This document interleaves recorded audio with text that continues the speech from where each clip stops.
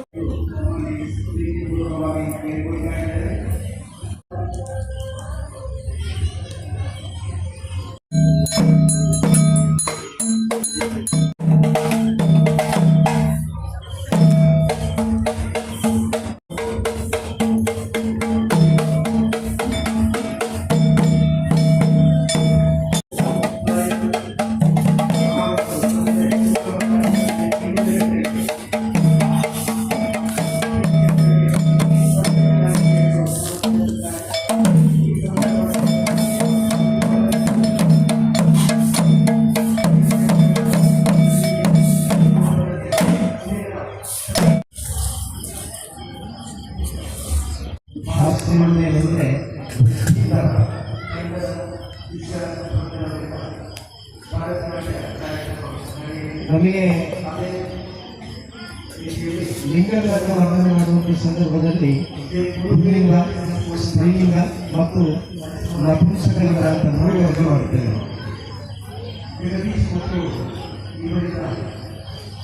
ನಪುಂಸಕಲಿಂಗದ ಲಿಂಗ ಸ್ತ್ರೀಲಿಂಗಕ್ಕೆ ಪರಿವರ್ತನೆ ಆಗುವಂಥದ್ದು ಕ್ಷೇತ್ರ.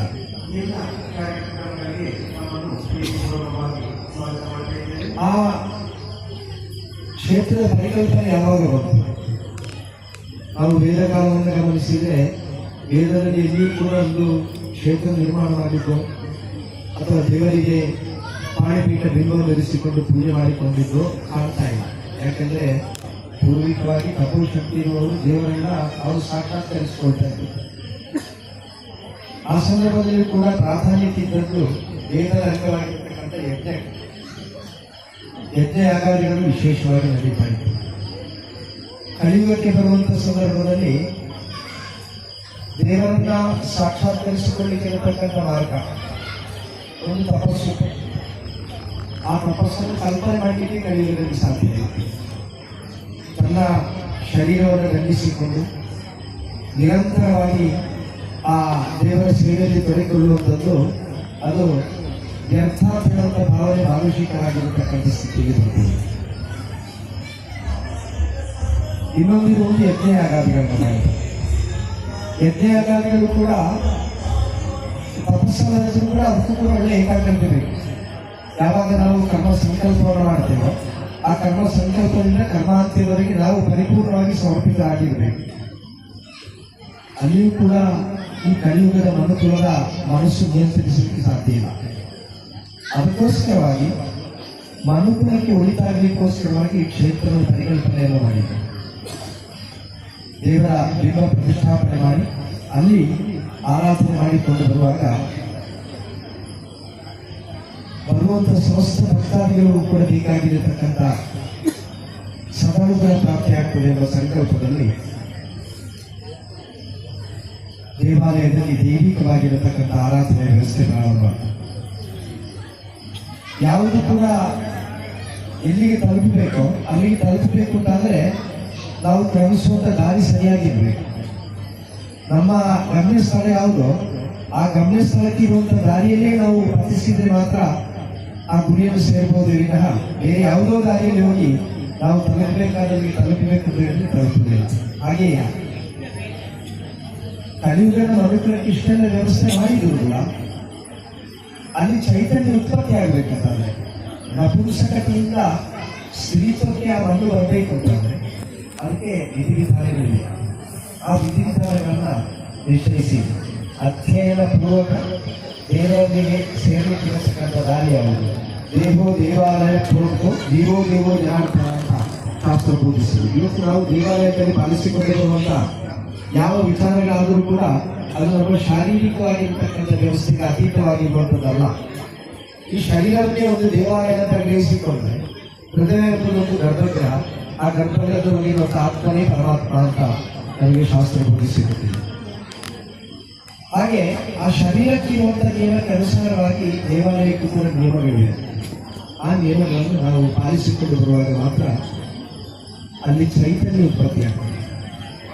ಶಿಲ್ಪಶಾಸ್ತ್ರ ಅಂತ ಹೇಳುವಂಥದ್ದು ಅತ್ಯಂತ ಪ್ರಾಧಾನ್ಯತೆಯನ್ನು ಪಡೆದಿರುವಂಥದ್ದು. ಆ ಶಿಲ್ಪಶಾಸ್ತ್ರ ಪ್ರಕಾರ ಮಾತ್ರ ನಾವು ಮಾಡಿದರೆ ಚೈತನ್ಯ ಉತ್ಪತ್ತಿ ಆಗ್ತದೆ ಎಂಬುದು ಶಾಸ್ತ್ರದ ಅಭಿಮತ. ಹಾಗಾದ್ರೆ ಈ ಶಾಸ್ತ್ರ ಅಂತ ಬೋಧಿಸಿಕೊಂಡು ದೇವಾಲಯ ನಿರ್ಮಾಣ ಆಗಬೇಕು ಅಂತಾದರೆ ಶಿಲ್ಪ, ಜ್ಯೋತಿಷ್ಯ ಮತ್ತು ಆಗಮ, ತಾಂತ್ರಿಕ ಇದು ಮೂರು ಸೇರುವಾಗ ಒಂದು ದೇವಾಲಯದ ಪರಿಕಲ್ಪನೆ ಪೂರ್ಣವಾಗ್ತದೆ. ಕಾರಣಂ ಹರಣಂ ದಾಹಪೂರಣಂ ಗೋನಿವಾಸನ ವಿಪ್ರೋತ್ತಿಷ್ಠಂತೆ ಅತ್ಯಂತ ಇತೇತಿ ಸಪ್ತಶುದ್ಧಯ ಅಂತ ಶಾಸ್ತ್ರ ಬೋಧಿಸಿದ ರೀತಿಯಲ್ಲಿ ಶಿಲ್ಪಿಗಳು ಇದು ಕ್ಷೇತ್ರ ನಿರ್ಮಾಣಕ್ಕೆ ಯೋಗ್ಯವಾಗಿರತಕ್ಕಂಥ ಸ್ಥಳ ಅಂತ ನಿರ್ಣಯಿಸಿದೆ. ಆ ಕ್ಷೇತ್ರ ಎಲ್ಲಿ ಇರಬೇಕು ಅಂತ ಕೂಡ ಶಾಸ್ತ್ರ ಬೋಧಿಸ್ತದೆ. ಶೈಲಾಗಿರಿ, ಅದ್ರಿತಟೆ, ಪರ್ವತಿ, ವನೆ, ಉಪವನೆ, ನಗರೆ, ಪಟ್ಟಣೆ ಅಂತ ಹೇಳುವ ರೀತಿಯಲ್ಲಿ ವಿವರಿಸಿದ್ದಾರೆ. ಇಲ್ಲಿ ಇರಬೇಕು ಅಂತ ಪ್ರದೇಶದಲ್ಲಿ ಮಾತ್ರ ಕ್ಷೇತ್ರ ಇರ್ಬೋದು.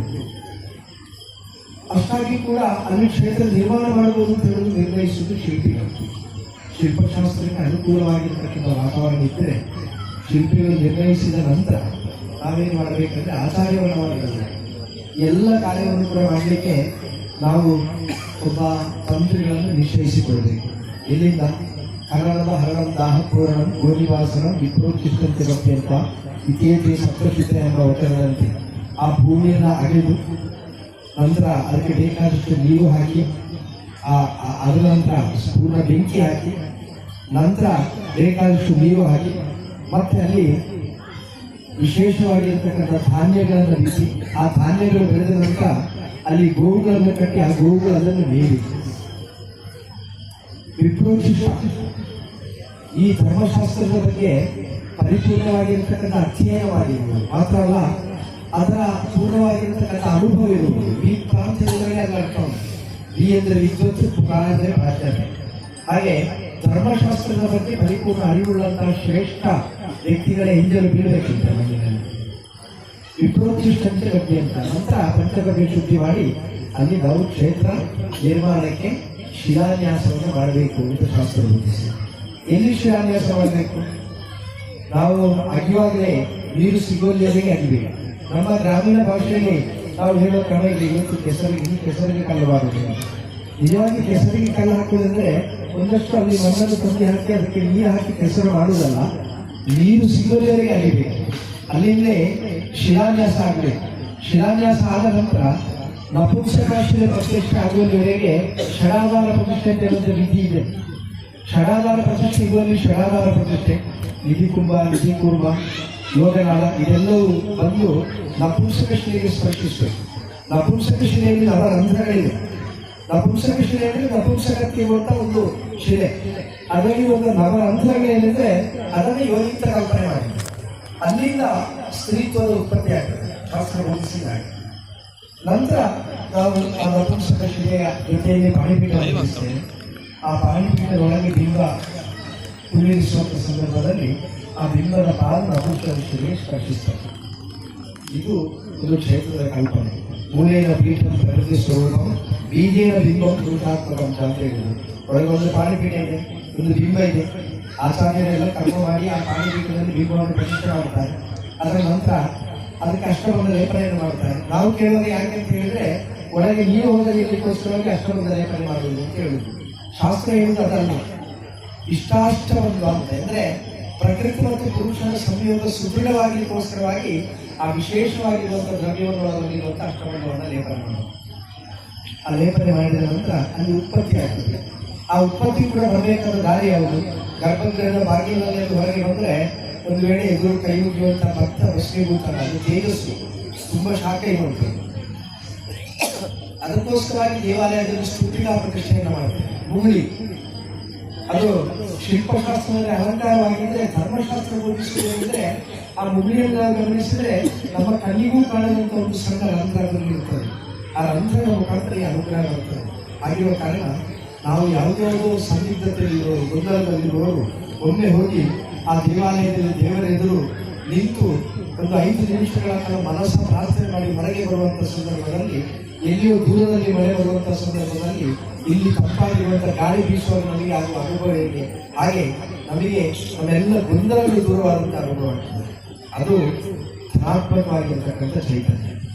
ಅಂಥ ಒಂದು ಚೈತನ್ಯ ಉತ್ಪತ್ತಿಗೆ ಪೂರಕವಾಗಿರ್ತಕ್ಕಂಥ ಅನೇಕ ವಿಚಾರಗಳು ಶಾಸ್ತ್ರದಲ್ಲಿದೆ. ಅದೆಲ್ಲವನ್ನೂ ಕೂಡ ನಾವು ಅಧ್ಯಯನ ಮಾಡಬೇಕು. ಅಧ್ಯಯನ ಮಾಡಿ ನಾವು ಈ ಕ್ಷೇತ್ರವನ್ನು ಪಾಲಿಸಿಕೊಂಡು ಬಂದರೆ ಮಾತ್ರ ಅದು ಪೂರ್ಣತೆ. ಆ ಕ್ಷೇತ್ರ ಅಂತ ಹೇಳುವಂಥದ್ದು ಕೂಡ ನಮಗೆ ನಿಯಮಾವಳಿ ಇದೆ. ನಾವು ಇಲ್ಲಿ ಪ್ರತಿಷ್ಠೆ ಮಾಡುವಂಥ ಸಂದರ್ಭದಲ್ಲಿ ನಾವು ಕೆಲವೊಂದು ಹೇಳ್ಬೋದು, ನೀವು ಬರಬೇಕು ನಮ್ಮಲ್ಲಿ, ಆದರೆ ನಿಮ್ಮ ಜೊತೆ ಇರೋರು ಯಾರು ಕೂಡ ಬರಬಾರದು. ಉದಾಹರಣೆಗೆ ನಮ್ಮ ಪ್ರಧಾನಮಂತ್ರಿ ಅಂತಲೇ ಹೇಳ್ತೇವೆ ನಾವು, ನೀವು ನಮ್ಮಲ್ಲಿಗೆ ಬರಬೇಕು, ನಿಮ್ಮ ಜೊತೆಯಲ್ಲಿ ಯಾರು ಕೂಡ ಬರಬಾರದು. ಆದರೆ ಅದು ನಿಯಮ ಇದೆ. ಆ ನಿಯಮ ಪ್ರಕಾರ ಪ್ರಧಾನಮಂತ್ರಿಗಳು ಬರುವಂಥ ಸಂದರ್ಭದಲ್ಲಿ ಯಾರೆಲ್ಲ ಬರಬೇಕು ಅವರೆಲ್ಲರೂ ಕೂಡ ಬರಬೇಕು. ಹಾಗೆ ಇಲ್ಲಿ ನಾವು ಗೋಪಾಲಕೃಷ್ಣ ದೇವರ ನೀವು ಬರಬೇಕು, ಬಾಕಿ ಯಾರು ಬರಲಿಕ್ಕಿಲ್ಲ ಅಂತ ಹೇಳಿ ಆಗುವುದಿಲ್ಲ. ಗೋಪಾಲಕೃಷ್ಣ ದೇವರು ಬರುವ ಸಂದರ್ಭದಲ್ಲೇ ಅವರ ಜೊತೆ ಇರುವುದರೆಲ್ಲರೂ ಕೂಡ ಅವರವರ ಜಾಗದಲ್ಲಿ ಇರ್ತಾರೆ. ಅವರಿಗೆ ನಿಕ್ಷಿಪ್ತವಾಗಿರತಕ್ಕಂಥ ಗಾಡಿ ಇದೆ. ನಾವು ಈ ದೇವಾಲಯವನ್ನು ಗಮನಿಸಿದರೆ ಅರ್ಥ ಆಗ್ತದೆ ಆ ಶಾಸ್ತ್ರಕ್ಕೆ ಎಷ್ಟು ಬಂತ ಇದೆ. ಸಂಬಂಧ ಇಲ್ಲ. ದೇವರು ಮತ್ತು ದೇವರ ಗಣಗಳ ಸಂಬಂಧ ಬೇರೆ. ಗರ್ಭಗೃಹ, ನಮಸ್ಕಾರ ಮಂಟಪ, ಸುತ್ತು ಗೋಪುರ ಸಂಬಂಧ ಬೇರೆ ಶಿಲ್ಪಶಾಸ್ತ್ರ. ಹಾಗೆ ಒಳಗಿನ ದಿಕ್ಪಾಲಕರ ಸ್ಥಾನಕ್ಕೆ ಅನುಸಾರವಾಗಿ ಹೊರಗಿನ ದಿಕ್ಪಾಲಕರ ಸ್ಥಾನ ಬರ್ತದೆ. ಇದು ಒಂದು ವ್ಯವಸ್ಥೆ. ಆ ವ್ಯವಸ್ಥೆಯಲ್ಲಿ ದೇವರು ಇರ್ತಾರೆ. ನಾವು ಆ ದೇವರ ಗಣಗಳಿಗೆ ಸ್ಥಾನ ಕಲ್ಪನೆ ಮಾಡಲಿದ್ದು ಅವರೆಲ್ಲರೂ ಕೂಡ ಅಲ್ಲೇ ಇರ್ತಾರೆ. ಬ್ರಹ್ಮಕಲಶ ನಾವು ಸಾಧಾರಣ ಬ್ರಹ್ಮಕಲಶದಲ್ಲಿ ಭಾಗವಹಿಸ್ತೇವೆ. 6 ದಿವಸಗಳ ಕಾಲ ಆಯಿತು, 9 ದಿವಸಗಳ ಕಾಲ ಆಯಿತು, 12 ದಿವಸಗಳ ಕಾಲ ಆಯಿತು, ಈ ರೀತಿಯಾಗಿ ನಡೀತದೆ. ಅದು ಏನು ಬ್ರಹ್ಮಕಲಶ ಅಂದರೆ? ಬ್ರಹ್ಮಕಲಶ ಅಂದರೆ ಒಂದೇ ಒಂದು ಸುಲಭದಲ್ಲಿ ಹೇಳುವುದು ಹೇಗೆಂದರೆ, ಒಂದು ಚಾಪೆಯನ್ನು ಬಿಡಿಸುವುದು ಮತ್ತು ಮಡಿಸುವುದು ಹೇಗೋ ಅದೇ ಬ್ರಹ್ಮಕಲಶ. ನಾವು ಚಾಪೆಯನ್ನು ಬಿಡಿಸುವಾಗ ಅದು ಪೂರ್ಣ ಅಲಂಕೃತವಾಗಿರ್ತದೆ, ಅಂದರೆ ವಿಸ್ತಾರವಾಗಿರ್ತದೆ. ಮಡಚುವಂಥ ಸಂದರ್ಭದಲ್ಲಿ ಯಾವ ಕೈಗೂ ಕೂಡ ಬರಲಿಕ್ಕಿಲ್ಲ, ಎಲ್ಲಿಯಾದರೂ ಬಗೆಯಲ್ಲಿ ಇರಬೇಕು. ಅದೇ ರೀತಿ ಚೈತನ್ಯ ಅಂತ ಹೇಳಿದ್ರೆ, ದೇವರು ಏನು ಅಂತ ಹೇಳಿದರೆ, ಯಾವ ರೀತಿ ಗರ್ಭಿಣಿಯಾಗಿರ್ತಕ್ಕಂಥ ಮಾತೃಗಳ ಗರ್ಭದಲ್ಲಿ ಅಂಡೋತ್ಪತ್ತಿ ಆಗ್ತದೆ, ಆ ಅಂಡ ಸ್ವರೂಪದಲ್ಲಿ ಇರತಕ್ಕಂಥ ದೈವಿಕವಾಗಿರ್ತಕ್ಕಂಥ ಚೈತನ್ಯಕ್ಕೆ ನವಮಾಸ ಪರ್ಯಂತ ಸಿಗುವಂಥ ಸಂಸ್ಕಾರಗಳು, ಆ ಸಂಸ್ಕಾರದಿಂದಾಗಿ ಅದಕ್ಕೆ ಪೂರ್ಣವಾಗಿರ್ತಕ್ಕಂಥ ಅಂಗ ಬರ್ತದೆ. ಆದ ಕಾರಣ ಗರ್ಭಿಣಿ ಪ್ರಸವಿಸುವಂಥ ಸಂದರ್ಭದಲ್ಲಿ ಆ ಅಂಡವನ್ನು ಪ್ರಸವಿಸುವುದು ಸರಿಯಾಗಿರತಕ್ಕಂಥ ಅಂಗಾಂಗ ಇವತ್ತ ಒಂದು ಆ ಮಾನುಷಿಕವಾಗಿರತಕ್ಕಂಥ ಶಿಶು ಬೆಳೆಸ್ತಾರೆ. ಹಾಗೆ ದೇವರು ಅಂಡ ಸ್ವರೂಪದಲ್ಲಿ ಇರತಕ್ಕಂಥ ದೇವರಿಗೆ ಬೇಕಾಗಿರುವಂಥ ಎಲ್ಲ ಸಂಸ್ಕಾರವನ್ನು ನೀಡಿ ಸಾಂಗವಾಗಿ ನಾವು ಗಮನಿಸುವಂಥದ್ದು, ಸಾಂಗವಾಗಿ ನಾವು ಆರಾಧನೆ ಮಾಡಿಕೊಳ್ಳುವಂಥದ್ದು. ಸೂಕ್ಷ್ಮ ಸ್ವರೂಪದಲ್ಲಿ ಇರತಕ್ಕಂಥ ದೈವಿಕವಾಗಿರತಕ್ಕಂಥ ಚೈತನ್ಯವನ್ನು ಸಾಕಾರ ಸ್ವರೂಪದಲ್ಲಿ ಆರಾಧನೆ ಮಾಡಿಕೊಂಡು ಬರಲಿಕ್ಕಿರತಕ್ಕಂಥ ವ್ಯವಸ್ಥೆಯೇ ಬ್ರಹ್ಮಕಲಶ. ಆಗ ಒಂದು ಕ್ಷೇತ್ರದಲ್ಲಿ ಬ್ರಹ್ಮಕಲಶ ಆದ ನಂತರ ಅರ್ಚಕಸ್ಯ ತಪೋಬಲ ಸಾನ್ನಿಧ್ಯ ಅಂತ ಹೇಳಿ ಅಲ್ಲಿ ನಿತ್ಯ ದೇವರಿಗೆ ಅರ್ಚನಾದಿಗಳು ಆಗಿಕೊಂಡು ಬರಬೇಕು. ಆಚಾರ್ಯತಮ ಸಾಮನಾಯಕ ನಿಯಮೇನ ಉತ್ಸವ ಅನ್ನದಾನೇನ ಕ್ಷೇತ್ರ ವೃದ್ಧಿಸುವಂಥದ ಅಂತೇಳಿ ಒಂದು ದೈವಿಕವಾಗಿರ್ತಕ್ಕಂಥ ಚೈತನ್ಯ ವೃದ್ಧಿ ಆಗಬೇಕಾದ್ರೆ ಏನು? ಆಚಾರ್ಯರು ತಪಸ್ಸನ್ನು ಸಮರ್ಪಣೆ ಮಾಡಬೇಕು. ಬರುವಂಥ ಭಕ್ತಾದಿಗಳು ನಿರಂತರವಾಗಿ ದೇವರನ್ನು ಜಪಿಸ್ತಾ ಇರ್ತಾರೆ. ಅಲ್ಲಿ ನಾವು ಯಾವ ರೀತಿ ನಮ್ಮ ಶಾರೀರಿಕವಾಗಿರತಕ್ಕಂಥ ವ್ಯವಸ್ಥೆಯನ್ನು ಪಾಲನೆ ಮಾಡಿಕೊಂಡು ಬರ್ತೇವೆ. ನನಗೊಂದು ಕ್ರಮ ಇರ್ತದೆ. ಬೆಳಿಗ್ಗೆ ಇಷ್ಟೊತ್ತಿಗೆ ನಮಗೆ ಏನಾದರೂ ಆಹಾರ ತೆಗೆದುಕೊಳ್ಳಬೇಕು. ಹಾಗೆ ತೆಗೆದುಕೊಂಡಿಲ್ಲ ಅಂದರೆ ಮತ್ತೆ ಕೆಲವರಿಗೆ ಕೂಡಲೇ ಅನಾರೋಗ್ಯ ಬರ್ತದೆ. ಯಾಕಂದರೆ ಅದು ನಾವು ಶರೀರದಲ್ಲಿ ಪಾಲಿಸಿಕೊಂಡು ಬಂದಂಥ ನಿಯಮ. ಅದೇ ರೀತಿ ದೇವರಿಗೂ ಕೂಡ ನಿಯಮ ಇರಬೇಕು. ಯಾವ ಸಮಯಕ್ಕೆ ಕೂಡಲೇ ಆ ದೇವರಿಗೆ ಕೊಡಬೇಕಾಗ್ತದೆ. ಒಂದು ನಿಯಮವನ್ನು ನಾವು ವ್ಯವಸ್ಥೆ ಮಾಡಿದರೆ ಅಷ್ಟೇ ಕೊಟ್ಟರೆ ಅದನ್ನು ಸರಿಯಾಗಿ ಸ್ವೀಕಾರ ಮಾಡ್ತಾರೆ. ಅಲ್ಲ ಅಂತಂದರೆ ಕೆಲವು ಸಲ ಹೆಚ್ಚಾಗ್ಬೋದು, ಕೆಲವು ಸಲ ಕಡಿಮೆ ಆಗ್ಬೋದು, ಹಾಗೆ ಆಗ್ಬೋದು. ನಿಯಮ ಇರಲ್ಲ. ಉತ್ಸವ ಎಂದರೆ ಧಾರ್ಮಿಕವಾಗಿ ಅದಕ್ಕೆ ವಿಧಿವಿಧಾನಗಳಿದ್ದರೂ ಕೂಡ ಉತ್ಸವ ಅಂದರೆ ನಾವು ಈ ರೀತಿ ಸೇರುವಂಥದ್ದು.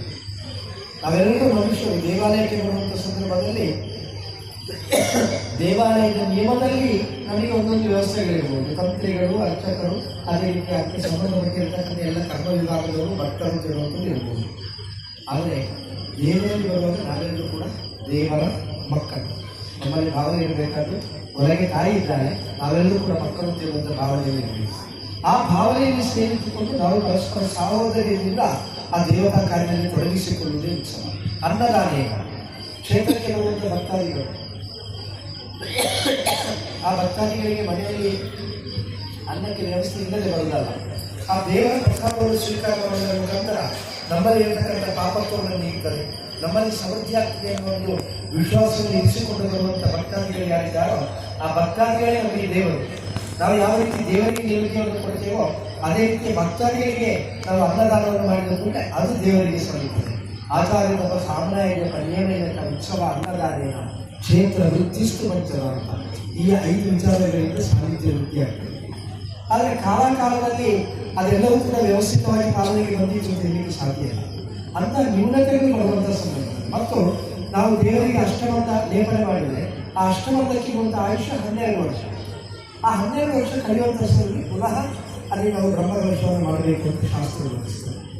ಒಂದು ವೇಳೆ ಕಾಲಸ್ಥಿತಿಯಲ್ಲಿ ಅದನ್ನು ಮಾಡಲಿಕ್ಕೆ ಸಾಧ್ಯ ಆಗದಿದ್ದರೂ ಕೂಡ ನಾವು ಒಂದೇ ಪೂರ್ಣ ಜೀರ್ಣೋದ್ಧಾರ ಆದ ನಂತರ ಆ ಬ್ರಹ್ಮಕಲಶ ಮಾಡುವಂಥ ಸಮಯದಲ್ಲಿ ಎಲ್ಲ ಅಂಗಗಳನ್ನು ಕೂಡ ಪಾಲಿಸಿಕೊಂಡು ಬರಬೇಕು. ನಾವೀಗ ಇವತ್ತು 4ನೇ ದಿವಸದಲ್ಲಿ ಇದ್ದೇವೆ. 4 ದಿನಗಳ ಪರ್ಯಂತ ಕೆಲವು ಕಾರ್ಯಕ್ರಮಗಳು ನಡೆದಿದೆ. ಇದೆಲ್ಲವನ್ನು ಕೂಡ ತುಂಬ ಜನ ಸೇರಿಸಿ ಒಂದೇ ದಿವಸದಲ್ಲಿ ಮಾಡಬಹುದು ಅಂತ ಹೇಳಿದ್ರೆ ಆಗುವುದಿಲ್ಲ. ಹೇಗೆ ಮಾತೃಗರ್ಭದಲ್ಲಿ ಉತ್ಪತ್ತಿಯಾದಂಥ ಅಂಡ ಅದು ಆ ಸಾಕಾರ ರೂಪಕ್ಕೆ ಬರಬೇಕಾದ್ರೆ 9 ತಿಂಗಳು ಬೇಕೋ, ಅದೇ ಇದಕ್ಕೂ ಕೂಡ ಒಂದು ನಿಯಮ ಇದೆ. ಆ ನಿಯಮ ಪ್ರಕಾರ ಹೋಗಬೇಕು. ಸುಮ್ಮಿನ ದಿವಸ ನಾವು ಪುಣ್ಯಾಹಾರದ ಮುಖಾಂತರ ಎಲ್ಲ ಶುಚಿ ಮಾಡ್ತೇವೆ. ಮಾಡಿದ ನಂತರ ಆ ವಾಸ್ತುವಿಗೆ ಪರಿಪೂರ್ಣವಾಗಿರತಕ್ಕಂಥ ಚೈತನ್ಯ ಕೊಡುವಂಥ ಪ್ರಕ್ರಿಯೆ ನಡೀತದೆ. 2ನೇ ದಿವಸ ಪ್ರಾಯಶ್ಚಿತ್ತ ಹೋಮ ನಡೀತದೆ. ಒಂದು ವೇಳೆ ಈ ಮಣ್ಣಿನಲ್ಲಿ ಬೇರೆ ಬೇರೆ ರೀತಿಯ ಪಾಪತ್ವಗಳು ಬರ್ಬೋದು. ಬರುವಂಥ ಭಕ್ತಾದಿಗಳು ಕೂಡ ಪೂರ್ಣರಲ್ಲ. ಒಂದು ಮಾತೃಶಾಪಕ್ಕೊಳಗಾಗಿರ್ಬೋದು, ಪಿತೃಶಾಪಕ್ಕೊಳಗಾಗಿರ್ಬೋದು, ಸಮಾಜದ ಶಾಪಕ್ಕೊಳಗಾಗಿರ್ಬೋದು, ಗುರುವಿನ ಶಾಪಕ್ಕೊಳಗಾಗಿರ್ಬೋದು. ಈ ರೀತಿ ಅನೇಕ ಶಾಪಗಳಿರುವಂಥ ವ್ಯಕ್ತಿಗಳು ನಾವು. ಅಂಥವರೆಲ್ಲರೂ ಕೂಡ ಬರುವಂಥ ಸಂದರ್ಭದಲ್ಲಿ ಆ ಪಾಪಕ್ಕೆ ಮಣ್ಣಿಗೆ ಬಾರಿಸ್ತಾರೆ. ಅದೆಲ್ಲ ಬಗೆಹರಿಸಲಿಕ್ಕೋಸ್ಕರವಾಗಿ ಪ್ರಾಯಶ್ಚಿತ್ತ ಹೋಮವನ್ನು ಮಾಡಬೇಕು. 3ನೇ ದಿವಸ ಶಾಂತಿ ಹೋಮಗಳು ನಡೀತದೆ. ಯಾವುದಾದ್ರೂ ಪ್ರಾಣಿಗಳು ಪ್ರವೇಶಿಸಿದ ಅಶುದ್ಧಿ ಬರ್ತದೆ. ಅಲ್ಲಿ ಯಾವುದಾದ್ರೂ ಪ್ರಾಣಿಗಳ ಮರಣ ಬಂದರೆ ಅಶುದ್ಧಿ ಬರ್ತದೆ. ಮೂತ್ರ ಆಸನಕಾದಿ ಬರ್ತದೆ, ಅಲ್ಲಿ ಮೂತ್ರ ವಿಸರ್ಜನೆ ಮಾಡಿದರೆ ಅಶುದ್ಧಿ ಬರ್ತದೆ. ರಕ್ತಪತನಾದರೆ ಅಶುದ್ಧಿ ಬರ್ತದೆ. ಸ್ಮಶಾನ ಭಸ್ಮ ಬಂದರೆ ಅಶುದ್ಧಿ ಬರ್ತದೆ. ಬೇರೆ ಮರೀಚಿ ಆದಿ ಅಂದರೆ ಯಾವ ಮತ್ತೆ ನಮ್ಮ ಅಥರ್ವವೇದದಲ್ಲಿ ಬೋಧಿಸಲ್ಪಟ್ಟಂತ ಸಾತ್ವಿಕವಾಗಿರ್ತಕ್ಕಂಥ ಮಂತ್ರಗಳು ಮತ್ತು ತಾಮಸಿಕವಾಗಿರ್ತಕ್ಕಂಥ ಮಂತ್ರಗಳು, ತಾಮಸ ಮಂತ್ರಗಳನ್ನು ಜಪಿಸಿರತಕ್ಕಂಥ ಪ್ರಸಾದಗಳು ಕೂಡ ಅಲ್ಲಿ ಅಶುದ್ಧಿ ಬರ್ತದೆ. ಇಂಥೆಲ್ಲ ಅಶುದ್ಧಿಗಳನ್ನು ನಿವಾರಣೆ ಮಾಡಲಿಕ್ಕೋಸ್ಕರವಾಗಿ ಅಲ್ಲಿ ಶಾಂತಿ ಹೋಮ ನಡೀತದೆ. ದೇವಾಲಯದ ಗರ್ಭಗೃಹದಲ್ಲಿ ಪಾಣಿಪೀಠ, ಬಿಂಬ, ದೇವಾಲಯದ ಗರ್ಭಗೃಹ, ನಮಸ್ಕಾರ ಮಂಟಪ ಮತ್ತು ಅದಕ್ಕೆ ಸಂಬಂಧಪಟ್ಟಿರುವಂಥ ಅಂಗಾಂಗಗಳಿಗೆ ಅಗ್ನಿಸ್ಪರ್ಶ ಆದರೂ ಕೂಡ ಅಲ್ಲಿ ಗುರುತುಪಡ್ತದೆ. ಅದಕ್ಕೋಸ್ಕರವಾಗಿ ದಹನ ಪ್ರಾಯಶ್ಚಿತ್ತ ಅಂತ ಪ್ರಕ್ರಿಯೆ ನಡೀತದೆ. ಅದೆಲ್ಲ ನಡೆದ ನಂತರ ನಾವು ಇಷ್ಟು ಸಮಯ ಪರ್ಯಂತ ಆ ದೇವರ ಬಿಂಬದಲ್ಲಿ ಕ್ಷೀಣಿಸಿರುವಂಥ ಚೈತನ್ಯವನ್ನು ತುಂಬಲಿಕ್ಕೋಸ್ಕರವಾಗಿ ತತ್ವಕಲಶ ಮತ್ತು ತತ್ವ ಹೋಮವನ್ನು ಮಾಡ್ತೇವೆ. ಇವತ್ತು ನಡೆದಿರುವಂಥದ್ದು ಅದು ಮಾಡಿದ ನಂತರ ನಾವು ದೇವರ ಒಪ್ಪಿಗೆಯನ್ನು ಪಡೆಯಿರಿ. ಇನ್ನು ಮುಂದೆ ಮಾಡಿಕೊಂಡು ಬರುವಂಥ ಪ್ರಕ್ರಿಯೆಗಳಿಗೆ ಯಾಕೆ ಒಪ್ಪಿಗೆಯನ್ನು ಪಡೆಯಿರಿ? ಯಾವಾಗ ಈ ದೇವರ ಆರಾಧನೆ ಪ್ರಾರಂಭ ಆಗಿದ್ದು ಗೊತ್ತಿಲ್ಲ. ಈ ಮಣ್ಣಿನ ಹೆಸರು ಮುನಿಗುಣ ಅಂತ ಉಂಟು. ಒಂದು ವೇಳೆ ಆ ಮುನಿಗಳ ಆರಾಧನೆ ಮಾಡಿದ ದೇವರು ನನಗೆ ಗೊತ್ತಿಲ್ಲ. ಏನಿದ್ರು ಕೂಡ ಅದು ಎಷ್ಟೋ ಮತ್ತು ಶತಮಾನಗಳಿಂದ ಆರಾಧನೆಗೊಂಡಿರತಕ್ಕಂಥ ದೇವರು. ಆ ದೇವರಲ್ಲಿರತಕ್ಕಂಥ ಚೈತನ್ಯವನ್ನು ಒಬ್ಬ ಆಚಾರ್ಯರು ಕ್ಷಣಮಾತ್ರದಲ್ಲಿ ಅದನ್ನು ಗ್ರಹಿಸಿಕೊಳ್ಳಿಕ್ಕೆ ಸಾಧ್ಯವೇ ಇಲ್ಲ. ತೃಣಮಪ್ಪಿ ಮನುಜಾನ ಅಂತ ಶಾಸ್ತ್ರ ಬೋಧಿಸಿದೆ. ಮನುಷ್ಯ ಅಂತ ಹೇಳಿದ್ರೆ ತೃಣ ಸಮಾನವಾಗಿರುವುದು ಯಾವತ್ತೂ ಕೂಡ ಸಾಧ್ಯ ಇಲ್ಲ. ಆದರೆ ನಾವೇನು ಮಾಡ್ತಾ ಇದ್ದೇವೆ? ಆ ದೇವರಿಗೆ ಒಂದು ಪುನರ್ಜನ್ಮವನ್ನು ಕೊಡಬೇಕು ಅಂತ ಒಂದು ಸಂಕಲ್ಪದೊಂದಿಗೆ ನಮ್ಮ ಕರ್ತವ್ಯಕ್ಕೆ ತೊಡಗಿಸಿಕೊಂಡಿದ್ದೇವೆ. ಹಾಗಿರುವಾಗ ಆ ಕರ್ತವ್ಯ ಸಾಕಾರ ಆಗಬೇಕು ಅಂತಂದರೆ ದೇವರನ್ನು ಗ್ರಹಿಸಬೇಕು. ಅದಕ್ಕೋಸ್ಕರವಾಗಿ ನಾವು ದೇವರಿಗೆ ಅನುಗ್ರಹ ಮಾಡಿ ದೇವರಲ್ಲಿ ಒಪ್ಪಿಗೆಯನ್ನು ಪಡ್ಕೊಳ್ತೇವೆ. ದೇವರ ಒಪ್ಪಿಗೆ ಮಾತ್ರ ಪಡ್ಕೊಂಡ್ರೆ ಸಾಧ್ಯ. ದೇವರ ಸಂಬಂಧಿಯಾಗಿರುವಂಥ ಎಲ್ಲ ಆ ಗಣಗಳಲ್ಲಿ ಕೂಡ ಒಪ್ಪಿಗೆಯನ್ನು ಪಡ್ಕೊಳ್ಬೇಕು. ಅದಕ್ಕೋಸ್ಕರವಾಗಿ ಈ ಸಂಧ್ಯಾ ಕಾಲದಲ್ಲಿ ನಾವು ಆ ಎಲ್ಲ ಗಣಗಳಿಗೆ ಕೂಡ ಯತ್ಕಿಂಚಿತ್ ನಮ್ಮಿಂದ ಆಗುವಂಥ ಅರ್ಚನಾದಿಗಳನ್ನು ಮಾಡಿಕೊಂಡು ಅಂತಿಮವಾಗಿ ನಿಲ್ಲುವುದು ಏನೆಂದರೆ ಕ್ಷೇತ್ರ ಪಾಲನ ಸಮಿತಿ. ಇಡೀ ಕ್ಷೇತ್ರವನ್ನು ಪಾಲಿಸಿಕೊಂಡು ಬರುವ ಆ ಕ್ಷೇತ್ರ ಪಾಲನ ಸಮಿತಿಯಲ್ಲಿ ಕೂಡ ನಾವು ಮಾಡಿಕೊಂಡಿರುವಂಥ ಕರ್ತವ್ಯವನ್ನು ಪ್ರಾರ್ಥನೆ ಮಾಡಿಕೊಂಡ್ರೆ ಇವರೆಲ್ಲರೂ ಕೂಡ ದೇವರ ಹತ್ರ ವಿನಮ್ರವಾಗಿ ವಿನಂತಿ ಮಾಡ್ತಾರೆ. ಈ ಭಕ್ತರೆಲ್ಲ ಸೇರಿಕೊಂಡು ನಿನಗೆ ಇನ್ನಷ್ಟು ಚೈತನ್ಯ ಇರುವಂಥ ಪ್ರಕ್ರಿಯೆಯನ್ನು ತೊಡಗಿಸಿಕೊಂಡಿದ್ದಾರೆ. ಆಗಿದ್ದ ಕಾರಣ ಅವರ ಕಡೆಗೆ ನೀವು ಹೋಗುವುದು ಅಷ್ಟೇ. ದೇವರು ನಾವು ಕರೆಯುವಾಗ ಬರ್ತಾರೆ ಅಂತಂದ್ರೆ ನಮಗೆ ಏನು ಕೆಲಸ ಇಲ್ಲ, ನಾವು ಮಾಡಬೇಕಾದಂಥ ಕರ್ತವ್ಯ ಮಾಡಿದ್ದೇವೆ ಸರ್. ಹಾಗೆ ಇವರ ವಿನಂತಿಯನ್ನು ಆಶ್ರಯಿಸಿಕೊಂಡು ದೇವರು ನಾವು ಕರೆದಲ್ಲಿಗೆ ಬರ್ತಾರೆ ಅಂತ ಹೇಳುವಾಗ ನಾಳೆ ದಿವಸ ನಡೆಯುವಂಥ ಸಂಹಾರ ತತ್ವವನ್ನು ಅಂದರೆ ನಾನು ಆಗ ಹೇಳಿದ ರೀತಿಯಲ್ಲಿ ಚಾಪೆಯನ್ನು ಮಡಿಚು ದೇವರಿಗೆ ಎಲ್ಲ ಅಂಗಾಂಗಗಳಿವೆ. ಕ್ಷೇತ್ರಪಾಲನೆಯನ್ನು ತೊಡಗಿಸಿಕೊಂಡು ನಾವು ಇವತ್ತು ಅರ್ಚನೆ ಮಾಡಿರ್ತಕ್ಕಂಥ ಯಾವೆಲ್ಲ ಗಣಗಳಿವೆಯೋ ಆ ಗಣಗಳನ್ನ ಒಂದರ ಜೊತೆಗೆ ಒಂದನ್ನು ಸೇರಿಸಿಕೊಂಡು ಕೊನೆಗೆ ಆ ದೇವರ ಹೃದಯ ಮಧ್ಯದಲ್ಲಿ ಕೇವಲ ಆ ಅನ್ನ ಸ್ವರೂಪದಲ್ಲಿ ನಾವು ಸಂಕಲ್ಪ ಮಾಡ್ತೇವೆ. ಆ ಅನ್ನ ಸ್ವರೂಪದಲ್ಲಿ ಸಂಕಲ್ಪ ಮಾಡಿರುವಂಥ ಚೈತನ್ಯವನ್ನ ತಂತ್ರಿಗಳು ಜೀವ ಕಲಶಕ್ಕೆ ಆವಾಹನೆ ಮಾಡುವುದು.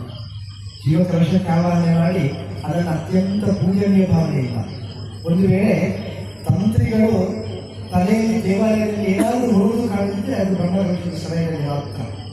ಆ ಆತ್ಮವನ್ನು ಆವಾಹಿಸಿದ ನಂತರ ಅದನ್ನು ಜೀವಕಲಶದಲ್ಲಿ ಇಟ್ಟು ಅತ್ಯಂತ ಭಕ್ತಿಯಿಂದ ಪೂಜನೀಯವಾಗಿರತಕ್ಕಂಥ ಭಾವನೆಯನ್ನು ತನ್ನ ಶಿರಸ್ಸಿನಲ್ಲಿ ಇರಿಸಿಕೊಂಡು ಬಂದು ಆ ಶ್ರೀಯ ಮಂಟಪದಲ್ಲಿ ಇರಿಸಿ ಪುನಃ ಸಂಧ್ಯಾಕಾಲದಲ್ಲಿ ಧ್ಯಾನಾಭ್ಯಾಸ ಎಂಬ ಕ್ರಿಯೆಯಲ್ಲಿ ಮತ್ತೊಮ್ಮೆ ಆ ಅಂಡ ಸ್ವರೂಪದಿಂದ ಸಾಕಾರ ಸ್ವರೂಪಕ್ಕೆ ತರುವಂಥ ಪ್ರಕ್ರಿಯೆ ನಡೀತದೆ. ಆಗಿದ್ದ ಕಾರಣ ನಾವು ಪಾರಂಪರಿಕವಾಗಿ ಆರಾಧನೆ ಮಾಡಿದಂಥ ಗೋಪಾಲಕೃಷ್ಣ ದೇವರಿಗೆ ನೀಡುವುದಾಗಿದ್ದರೂ ಕೂಡ ಒಂದು ಅರ್ಥದಲ್ಲಿ ನಾಳಿನ ಮುಹೂರ್ತ ಆ ಗೋಪಾಲಕೃಷ್ಣ ದೇವರ ಪುನರ್ಜನ್ಮದ ಮುಹೂರ್ತ ಅಂತ ಲೆಕ್ಕ. ಕೆಲವು ಕಡೆ ಆ ಪುನಃ ಪ್ರತಿಷ್ಠೆ ಆಗುವಂಥ ಸಂದರ್ಭದಲ್ಲಿ ಯಾವ ನಕ್ಷತ್ರ ಹುಟ್ಟಿದೋ ಅದೇ ನಕ್ಷತ್ರವನ್ನು ಅಲ್ಲಿಯೇ ದೇವರಿಗೆ ತೆಗೆಯುವಂಥ ಕ್ರಮ ಇದೆ. ಎಲ್ಲ ದೇವರಿಗೆ ಒಂದೊಂದು ನಕ್ಷತ್ರ ಇದೆ. ವಿಷ್ಣುವಿಗೆ ಶ್ರವಣ, ದುರ್ಗೆಗೆ ಮೂಲ ಕೃತಿಕ, ಅದೇ ರೀತಿ ಶಿವನಿಗೆ ಆ ಥರ ಈ ರೀತಿ ಒಂದೊಂದು ದೇವರಿಗೆ ಕೂಡ ಅದು ಪ್ರತ್ಯೇಕವಾಗಿರತಕ್ಕಂಥ ನಕ್ಷತ್ರ ಸಂಕಲ್ಪ ಇದೆ. ಆದರೆ ಕೆಲವೊಮ್ಮೆ ಆ ದೇವಾಲಯದಲ್ಲಿ ಪ್ರತಿಷ್ಠೆ ಆಗುವಂಥ ಸಂದರ್ಭ ಮುಹೂರ್ತ ಅಂದರೆ ಗೋಪಾಲಕೃಷ್ಣ ನಕ್ಷತ್ರ ಯಾವುದೇ ಆಗಿರಲಿ, ಮುನಿಯೂರಿನ ಗೋಪಾಲಕೃಷ್ಣ ನಕ್ಷತ್ರ ನಾಲ್ಕು ಪ್ರತಿಷ್ಠೆ ಆಗುವಂಥ ಸಮಯ ಅಂತ ಹೇಳುವಂಥ ಕಲ್ಪನೆ ಇರ್ತದೆ.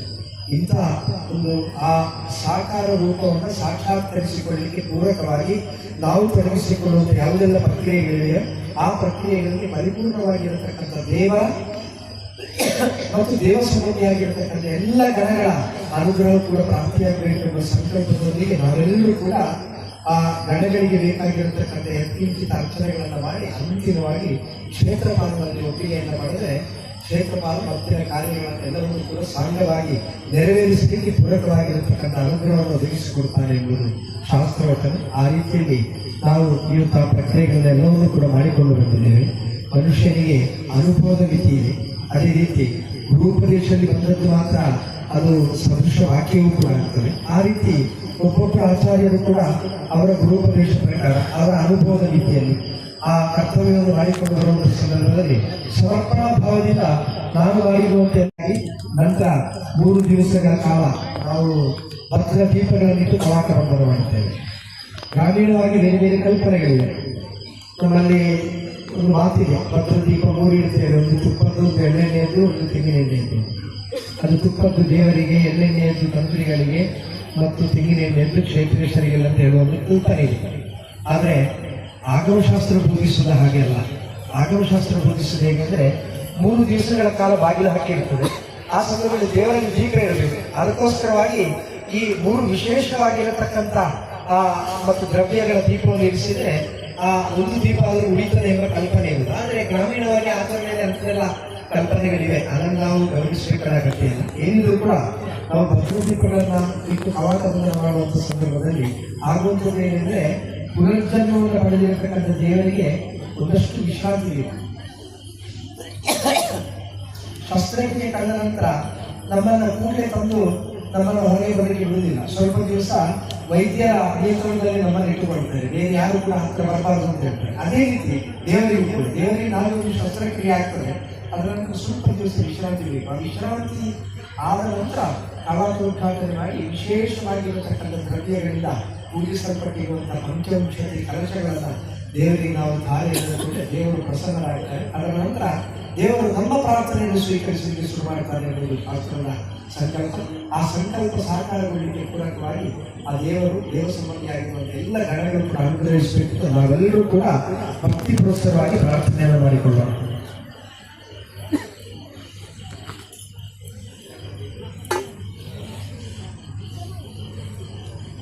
ಹರೇ ಓಂ. ಶೃಣ್ವಂತು ದೇವತಾ ಸರ್ವಾಃ ತಾಸಾಕಮಿಮಮಾಶ್ರಿತಾಃ ಯದುಚ್ಯಮಾನಮಸ್ಮಾಭಿರನು ಗೃಹ್ಣಂತು ತೇ ಜನಃ भूरे पूरं कृतमिदं देवालयमसारवते प्राप्तं कालवशात् भूयो वयं तं कर्तुमुद्यता कालेनीकावता भूया प्रासादेऽस्मिन् पुनर्नवे स्थापयामो वयं सत्यं तदनुज्ञातुमर्हता ॐ शृण्वन्तु देवताः सर्वाः प्रासादमिमहर्षिताः यदुच्यमानमस्माभिः हनुमन्दन्तु ते नरः पूरे पूरं कृतमिदं देवालयमसारवते प्राप्तं कालवशात् भूयो वयं तं कर्तुमुद्यता कालेनीतावता भूया प्रासादेऽस्मिन् पुनर्नवे स्थापयामो वयं सत्यं तदनुज्ञातुमर्हता ॐ शृण्वन्तु देवताः सर्वाः प्रासादमिमहर्षिताः यदुच्यमानमस्माभिरनुगृह्णन्तु ते नरः पूरे पूरं कृतमिदं देवालयमसारवते प्राप्तं कालवशात् भूयो वयं तं कर्तुमुद्यता कालेनीतावता भूया प्रासादेऽस्मिन् पुनर्नवे स्थापयामो वयं सत्यं तदनुज्ञातुमर्हता तदनुज्ञातुमर्हता तदनुज्ञातुमर्हता ॐ स्वस्ति।